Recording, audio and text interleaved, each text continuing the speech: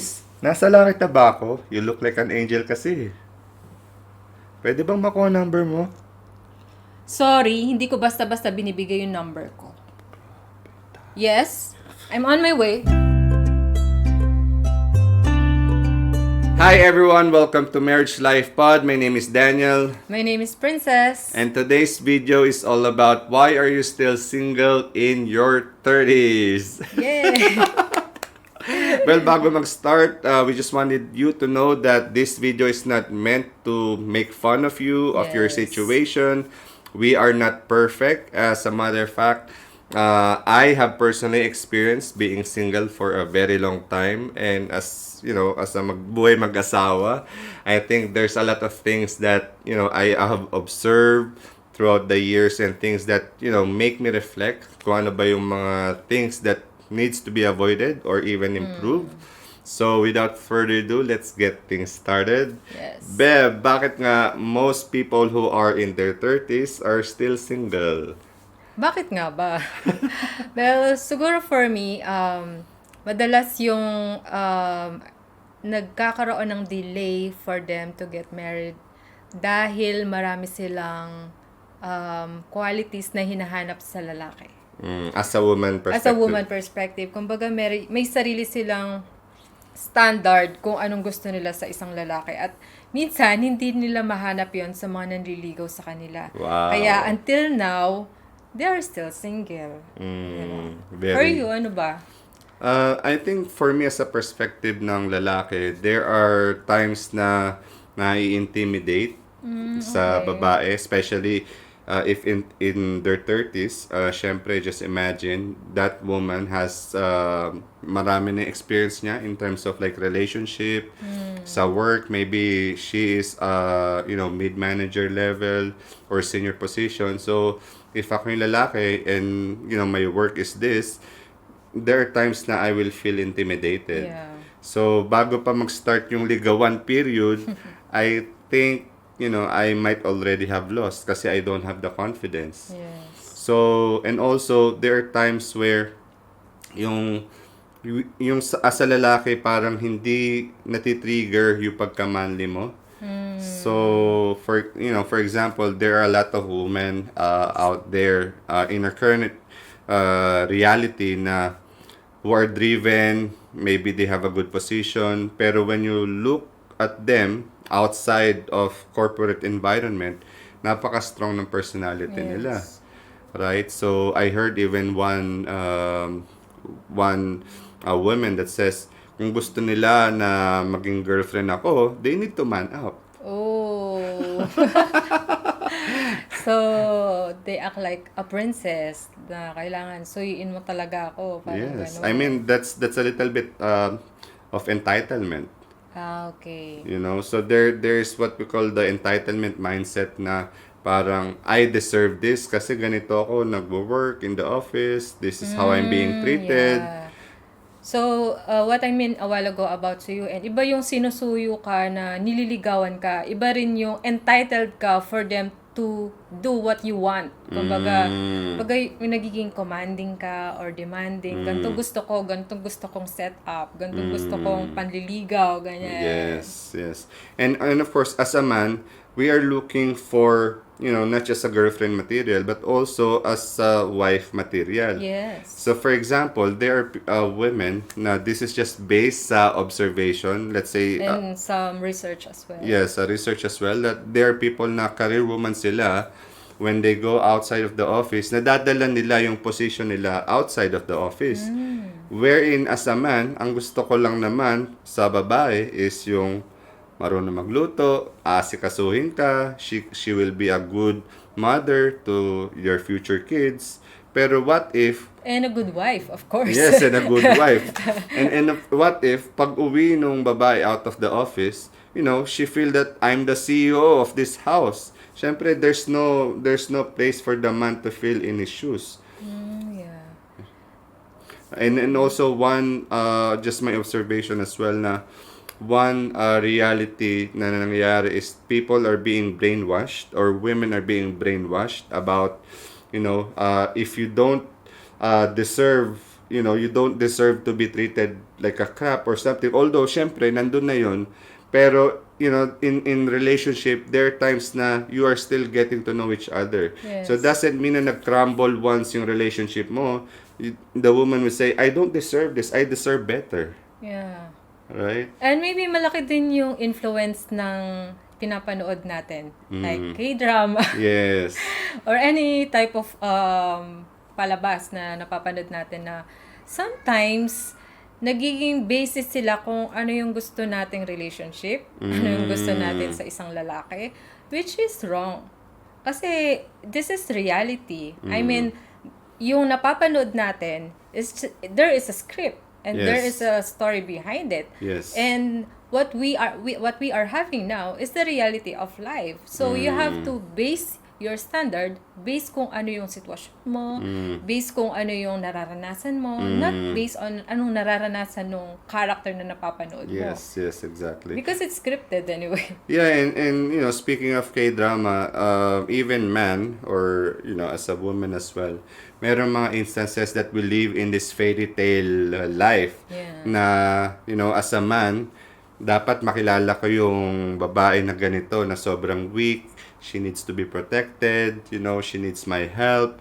And there are times where di talaga natin siya mahanap because of certain filters which we're gonna talk about later. And there are times naman as a woman, dahil nga career woman sila or they have certain filters, na disregard nila yung lalaki na na-encounter nila every day. Yeah. Right? So, and she is thinking that I need to be, yung parang sa K-drama, yung parang ililigtas ka pag may dumaan na sasakyan, gaganon. Protective, Yeah, exactly. sweet, di ba? Which is, it rarely happens in real life. Ginagawa ko lang yun dahil girlfriend ko na siya nung time na yun.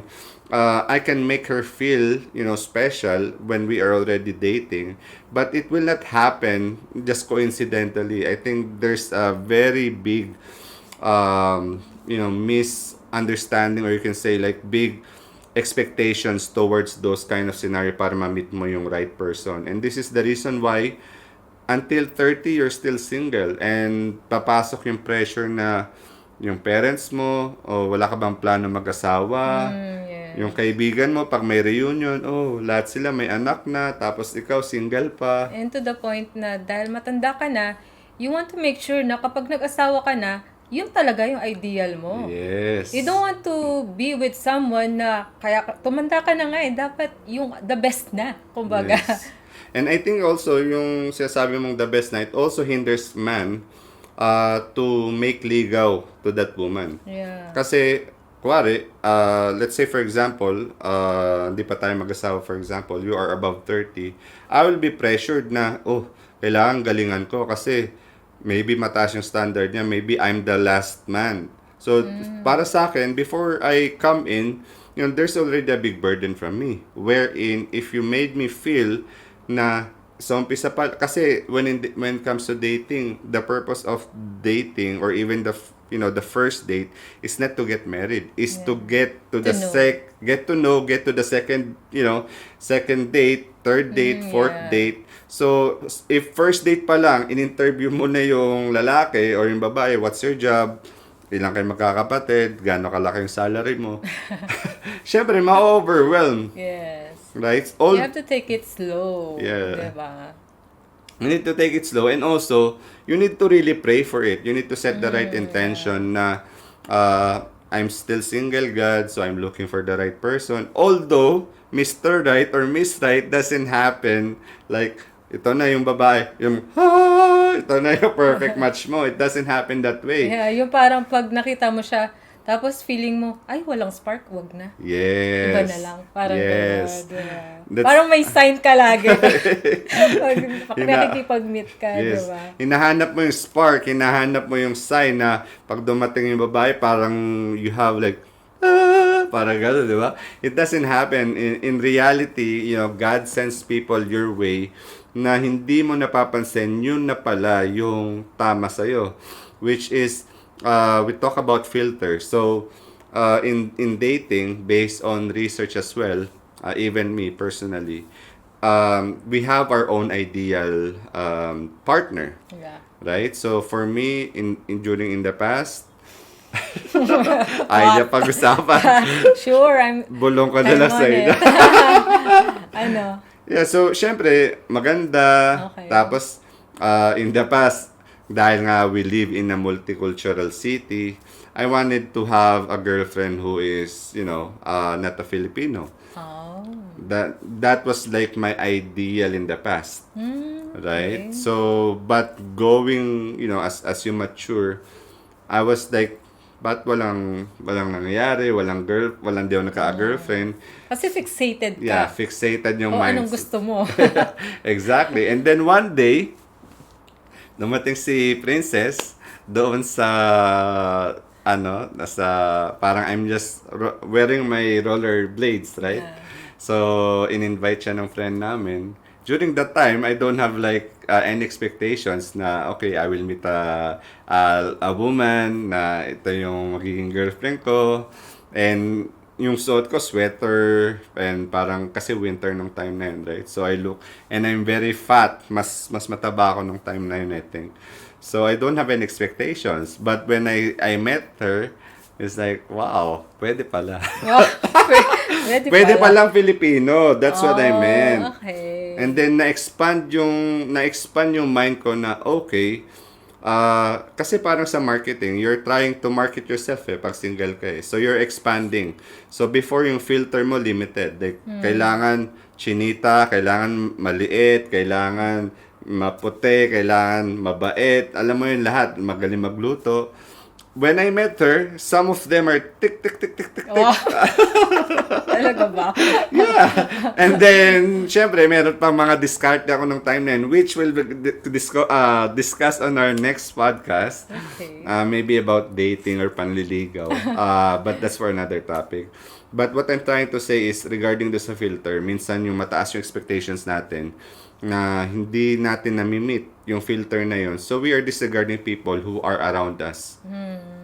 Right? So, for example, as a woman, ano yung mga filters mo sa lalaki? Like before, na hindi pa tayo magkakilala, hindi pa tayo mag-asawa. Sa akin, yung typical na tall, dark, and handsome. Wow! Tapos, yung alam mo na maganda yung trabaho, ganyan. Maganda yung family background, ganyan. Tapos, yung presentable. And most of the time, sa babae, ang nakikita namin is yung physical appearance. But for me then, another factor din yung matalino, ganyan. Matalino. Yung may sense kausap, kumbaga. And before, ang akala ko, yun lang yung hinahanap ko sa isang lalaki. Yes. Pero, during that time kasi, na na-meet ko si DJ, hindi pa ako Christian yung time na yon. So, nakakatuwa lang kasi sabay nangyari yung time na nakilala ko siya at sabay din yung time na nakilala ko si Jesus. Wow! So, alam mo yun, parang blending siya. And it just flow naturally nung naging kami. Yes. Kasi, I was willing to know Him more and I was willing to know God more. So, parang sabay siya. So, parang nag-blend siya na parang before akala ko, eto lang yung hinahanap ko sa isang lalaki.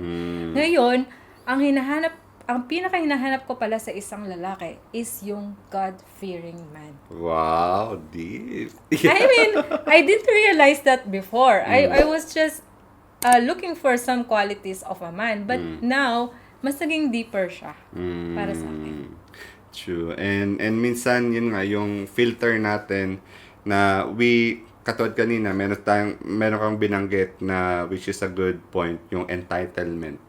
Okay. I think one thing that, we wanted people to know about this episode is instead of adopting an entitlement mindset, use an experimental mindset.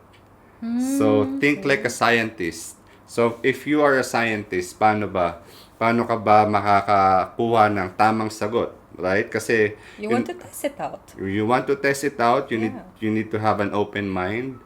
you need You need to have datas or yes, you need to have datas and you need to test it and really test a hypothesis. yeah.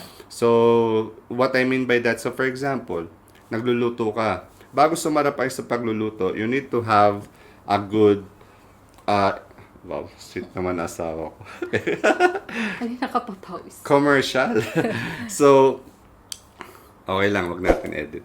So, so what I mean by that is, entitlement and experimental is that parang pag nagluluto ka, di ba? So, in order to sumarap ang isang food, you need to have a proper ingredient. And there are times where you need to eliminate certain ingredients para pumatok sa panlasa mo. Yeah.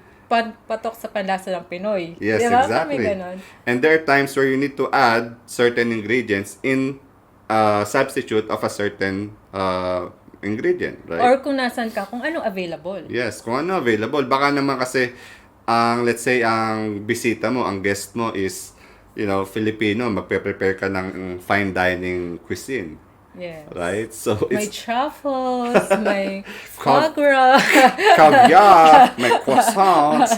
Diba? So, it's really important then to experiment things kasi you will never know until you test it out. Yeah. And it's a good thing then na sinabi mo yung about data because there are times where we are looking externally but we haven't looked internally.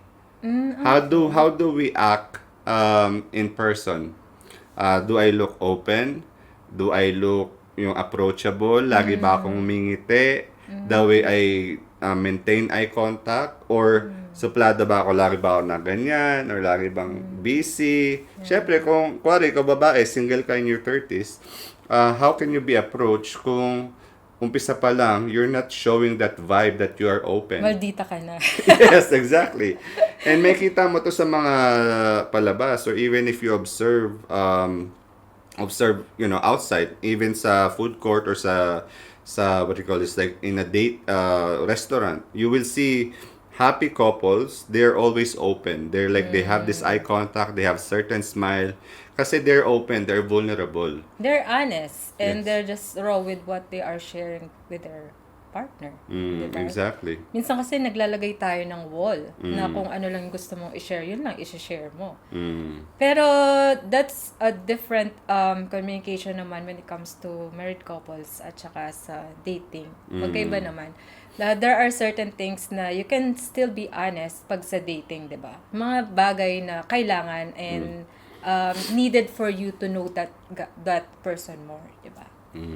So, also, sinabi natin kanina about, entitlement and experimental mindset, like na think like a scientist or even think like a chef, I wanted to also put in mind the reason why people are still single in their 30s, meron tayong 3 types of unrealistic expectations. Okay. So, unrealistic expectations towards in general na, yun nga, dahil nga you are elite or mataas yung work mo, so, kailangan yung partner mo or potential girlfriend or boyfriend mo, same kayo ng level. Which is, if you go around within your circle, most of the time, people are already engaged with kids or married already. So, where will you find that? Siyempre, people who are maybe below to you a little bit in terms of career, Okay. not personally. Kasi personally, maybe that man or that woman might be below you, pero she or he is more mature than you. You know? And you're looking for someone who could be your wife. Yes. Not someone who could be your business partner. Yes. Right? So, kailangan hanapin mo yung qualities of a wife. Not qualities of someone na kasama mo sa work. Or qualities Diba? of a husband. Yeah. Yeah, kasi baka successful nga yung lalaki, pero at home, barumbado siya. Sasaktan ka niya physically. Yeah. Hindi siya marunong respeto ng babae. So, these are the things na kailangan mong i-discern. Right? So, unrealistic expectations. So, if you are in a certain environment and nothing's happening, think like a scientist. You move out of that environment. Go outside of your comfort zone. Introvert ka, there's not no problem. Go to libraries. Yeah. Go to things that requires not talking. Right? Minsan, di mo alam, para sa K-drama, yung partner mo, yun na pala yung nag-handout sa'yo ng book. You know, when Yes. you're trying to borrow in the library, yung partner mo pala, yun nandun sa desk. Or Right? other sports activities like Yeah. hiking, di ba? Hiking. Or, silence. Something like rejuvenates you. You go in a park. Kasi you go in a park kasi you don't want you're trying to stay away from city life, so you need silence. Mamaya nandun pala yung lalaki na nagre-reflect doon sa isang gilid, nagbabasa lang ng book, di ba? So you need to be outside of that of your comfort zone, of your environment, in order to experience new things. Kasi when you found a partner, in order to spice up that relationship, you need to try new things as well. So, if you are not trying out, guess what? Hindi lalapit yung lalaki sa'yo or yung babae sa'yo kasi you are just there Lalo na dito sa setup sa atin dito sa Dubai na work, sa 'di ba? UAE. Sa UAE. I mean, our most of the time yung mga nagtatrabaho dito, they will just go for work tapos every weekend sa bahay lang sila. So, Or lalabas sila pero they have the set of friends. the same set of friends na puro babae or puro lalaki, 'di ba? And lalo na, it happens as well if you are, let's say, Christian, you're attending a church. You tend to create an expectations where, okay, dapat yung lalaki ganito. Dapat yung babae ganito. But in reality, maybe the one that you're looking for is outside the church. When I met Princess, hindi siya Christian. Yeah. Right? Kaya sabi mo, ikaw, Yeah, just want to share yung brief background nun. I was invited to go to the church. not to the church, sa papuntang Jumeirah kasi may rollerblades session kayo, 'di ba? Kaso after work 'yun. So parang nagdadalawang isip ako. At saka yung mga kasama ko noon is para silang Christian. So parang iniisip ko, baka boring. Parang ganun. Baka masyadong religious tong mga to. Ang gagawin ko doon. Anong gagawin ko doon? Parang ganun. So parang iniisip ko, pupunta ba ako? Parang ganun. So parang, if I did not decide to, to join them, Or or magpunta doon, maybe, I will not get to know you, di ba? Wow. So, there are those opportunities that sometimes we missed. Kasi, minsan, pagod ako. Di ba? Tsaka na lang. Hindi, parang di naman fun yan. Parang gano'n. We have this prejudice or this, sino ba yung nandun? Ba't ako pupunta dun? Wala man akong kilala dun eh. Anong gagawin ko dun, di ba? So, there are times, yun nga, bumabalik din dun sa comfort zone. And these things, which called love, life, romance, this happens this is not by chance or coincidence. There are part of it that it is also an intent. Na meron kang intention. If you are single, you wanted to be in a good relationship, then you need to put yourself out there. Yeah. Right? Kasi yung problema, lahat naman ng tao may problema. Yung single, gusto niya magka-relationship. Yung nasa relationship, gusto niya maging best yung relationship nila. Yung best na relationship, they want to get married. Yung people who are married, they want to have kids. Right? People who already have kids, they want to have an apo. So, magkakaiba lang siya ng problema. Pero still, you need to set the intention. What's the next step? Kasi, a part of it is you need to pray for it. Yeah. Number That's the first. Number one, you need to pray for it. Second, yung intention mo. And third, what are you doing with that intention? Yes. Right? Parang normal lang din naman yan. Pag pinag-pray tayo, hindi naman tayo uupo lang, Lord, bigay mo na. Of course, you need to do something. You want to ask God, Lord, where you are leading me? 'Di ba? Lord, sino po yung nililid nyo sa akin na ligawan ko? Lord, sino po yung nililid nyo sa akin na pwedeng potential na maging boyfriend ko? 'Di ba? So parang, Lord, saan yung po ako nililid na pwedeng mayroon akong makilala? Parang gano'n. So parang you have to be specific then with your prayers, such as about, Lord, kailan mo ako bibigyan ng boyfriend? Kailan mo ako bibigyan ng girlfriend? You Yes. want to listen to God then. Kung saan kanya nililid. It's not just about you want to ask it instantly. Yes. And there are times naman, on the opposite extreme, nung example na yan, sobrang action-oriented ka naman. So, as a Over naman. yes, as a lalaki, dami mo nililigawan. Ayun. Diba? So, kung mga nakaka-relate dyan, comment lang kayo dyan. Alam nyo kung sino yan. Ay, hindi ko alam kung sino rin yan, pero alam nyo yan. So, comment lang kayo dyan kung na-experience nyo yan. So, we create some discussion as well sa comments. So, as a lalaki, there are times na maraming nililigawan. Lahat ng kaibigan, minessage, pati yung nililigawan. So, ang nangyari, nagkaroon ng chismis na ito si Guy, lahat kami minessage. Kasi yung lalaki, playing safe. Right? So, hindi niya alam kung sasagutin siya. So, lahat niligawan niya. Parang lottery. I think we have to put that on a focus na maging protective din tayo sa reputation natin. Kasi siguro pag nagkaroon na tayo ng ganung reputation, it will delay us more na magkaroon Yes. Diba? I think the more you take control of your relationship or of your plans to be in a relationship, the more na dinedelay ni God kasi you are not mature enough. Yeah. So, if pinilit mo pa rin, doon papasok yung emotional damage, right? So, madadala mo siya. Sasabihin mo, i-generalize mo, lahat ng lalaki kasi ganyan. Lahat kasi ng babae, ganyan. But again, this is external. Hindi mo niluluk yung internal. What happens to you during that situation? And I want to add as well na maybe kaya nadidelay yung pagkakaroon mo ng asawa is because God is still dealing with you, with yourself. So you have to discover that sa sarili mo kung ano pa yung mga bagay na dapat mong baguhin or how can you mature more. Maybe you're not mature that yet. Yes. So you have to pag-pray mo din kung ano yung mga bagay na dinidil pa sa'yo ni Lord. Yes. And also, it's very important then, building, if single ka in your 30s, it's not about relation shopping. So, sa lalaki kanina, sinabi natin na marami niligawan. Sa babae, opposite side, marami ring dinidate.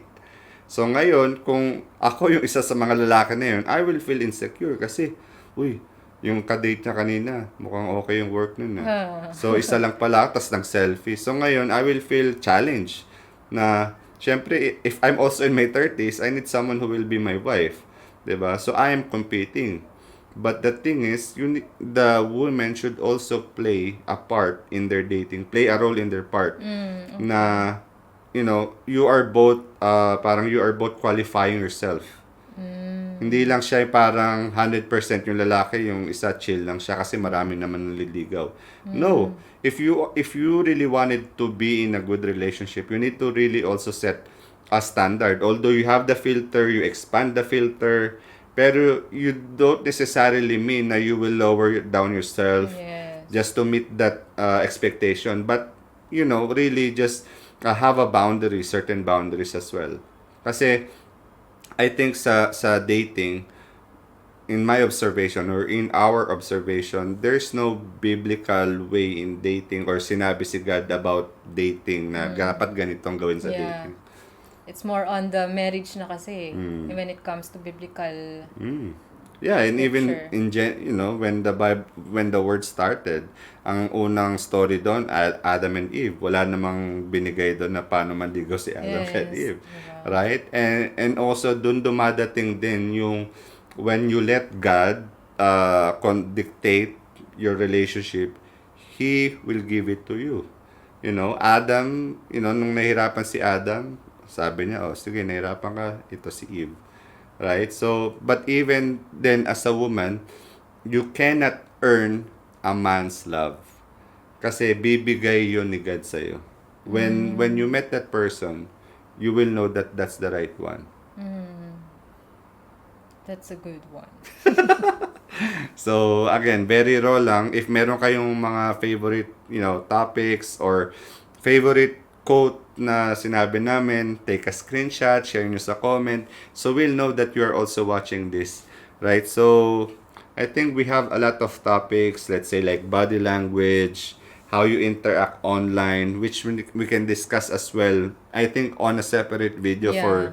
for dating. Kasi we just really wanted to meet, certain questions. Maraming questions sa amin about, relationship, dating, may mga friends na or people that we encounter with who are still single. Yeah. Right? So, kami, again, we have a lot of stories how we met. Maybe in the future, we'll share it more. So, stay tuned lang kayo. Any, last words before we end this video, Beb?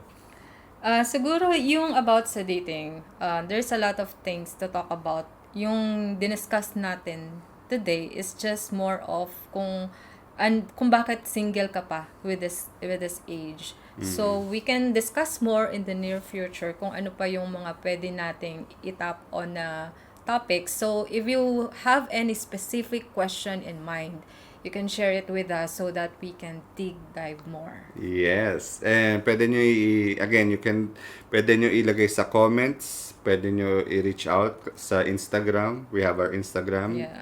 MarriageLifePod, Facebook, same thing. We also have a survey. So if you wanted to fill this up, again, this content, these videos, these are not meant to make fun of you or to judge someone. We are not perfect. Aminado kami. So, nakikita nyo sa video. Pero we are like this in person as well.